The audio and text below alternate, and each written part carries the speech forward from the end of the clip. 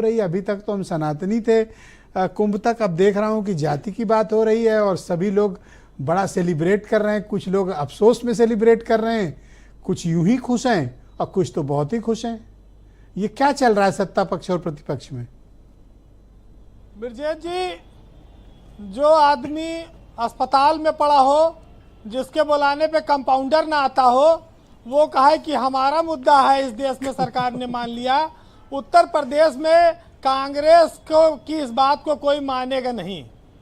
देश में भले कहें कि हमारा मुद्दा था, लेकिन मरीज के बुलाने पे डॉक्टर आता है, आप कह रहे हो कंपाउंडर नहीं आता। कंपाउंडर तक ना आए कि आज देख लिए उत्तर प्रदेश में कांग्रेस कंपाउंडर भी कोई होता है। हाँ, तो ये समझ लो आप। तो मुद्दा भले देश में कांग्रेस का हो, लेकिन उत्तर प्रदेश में ये अखिलेश यादव इसमें अपर हैंड पर चल रहे हैं। और बीजेपी भी जानती है कि हमारी लड़ाई अखिलेश यादव से है। यहाँ पर विधानसभा के चुनाव में आज की तारीख में राजनीति दो ध्रुवीय है और सीधी है। और जब से जातिगत जनगणना का ऐलान हुआ है, तब से जिसे हम आप बहुत बड़ा सामाजिक न्याय का साधन मान रहे हैं, ये विभाजन के भी एक आशंका को जन्म दे रही है और इस आशंका से बचा नहीं जा सकता है। जनगणना बंटवारा भी करा सकती है, जोड़ भी सकती है, और इस बात का बहुत साफ संकेत है कि अपर कास्ट को नाराज भी कर सकती है। अब अखिलेश यादव को तो अपर कास्ट की बहुत फिक्र है नहीं। अपर कास्ट बीजेपी के साथ है। बीजेपी चिंता करे कि हमको जो है इनको अपने साथ कैसे मना के रखना है। दूसरी बात, जनगणना से खास तौर से दलित समाज में जो वोटों का समीकरण है वो बहुत तेजी से बदल रहा है। और उत्तर प्रदेश के परिप्रेक्ष्य में आप देखेंगे कि ओबीसी और दलित जातियों का जो विभाजन होगा वोटों का, वो सिर्फ दो दलों के बीच जाता दिख रहा है। वो भाजपा और सपा के बीच जब सीधी लड़ाई होगी तो फिर हर आदमी अपने वोट का फैसला सीधा ही करेगा। उत्तर प्रदेश में आज रामजी लाल सुमन समाजवादी पार्टी के लिए एक नए दलित मसीहा के तौर पर चल रहे हैं और वो कहा जाए वो बहुत बड़ा वोट बैंक उनके माध्यम से वो साध रही है। अच्छा, अवधेश प्रसाद की टीआरपी कम हो गई क्या आजकल? हाँ, अवधेश प्रसाद इस समय थोड़ा डाउन है, दूसरे पायदान पे हैं। पहले वाले पे रामजी लाल आ गए। अयोध्या बैट्समैन बदल दिया है समाजवादी पार्टी। तो आज सब डायरेक्ट बात हो रही है, देखो आज कोई लिहाज नहीं होगा। बोलिए वीरेंद्र जी। रामजी लाल सुमन ने भाजपा का घाटा बढ़ा दिया है। अब इस घाटा को पाटने के लिए अंबेडकर जयंती पर पूरे प्रदेश में बूथवार भाजपा ने आयोजन कराया है।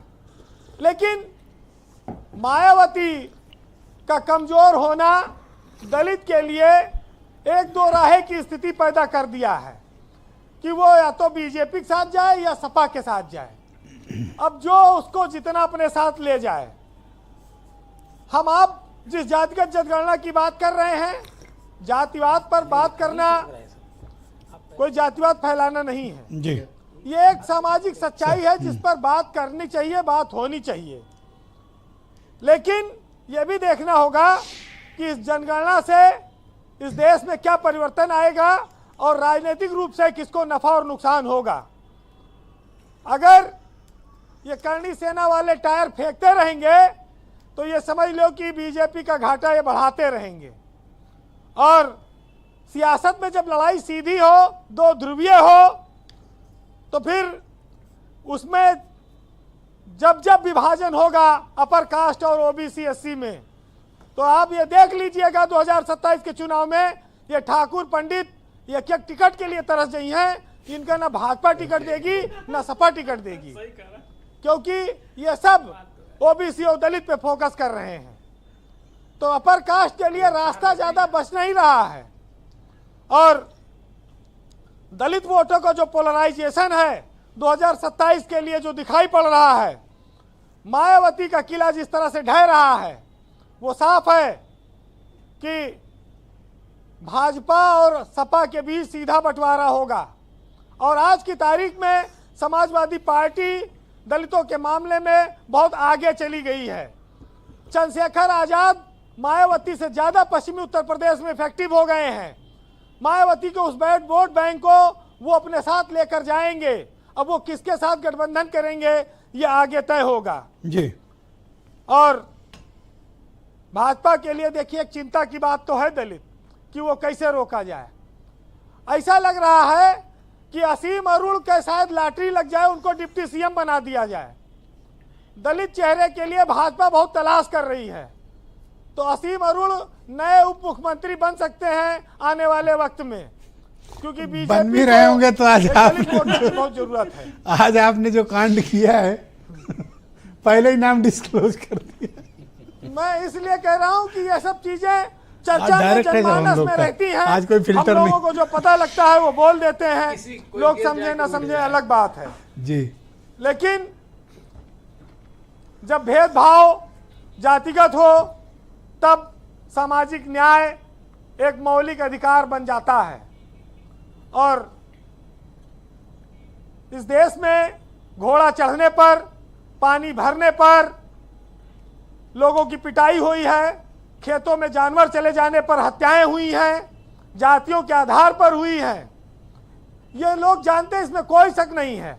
अन्याय जहां हुआ है वहां स्वीकार करना पड़ेगा जी। लेकिन इस देश में आरक्षण उसी तरह जरूरी है। पहले जातिवाद खत्म करो तब आरक्षण पे बात करो। आरक्षण इसीलिए जरूरी है कि जो दबे कुचले हैं उनको ऊपर लाया जाए। मैं इस बात का पक्षधर हूं। 4 लाइनें कहूंगा, आज कोई शेरो शायरी नहीं, लेकिन कुछ दोहा है, सुनिएगा कि केवल एक दिन की बात नहीं, हम सदियों से सताए गए हैं, हमेशा ऊंच नीच जात पात के फंदे में फंसाए गए हैं। मेरे इस दामन को जरा गौर से देखो यारो, इससे भी छुआछूत के दाग लगाए गए हैं। और जिनका हो गया बेजान जिस्म और नफरत की आग से वो जलाए गए हैं। अगर जलना ही चाहते हो तो समाज का दीपक बनो, कुछ तो रोशनी ही होगी।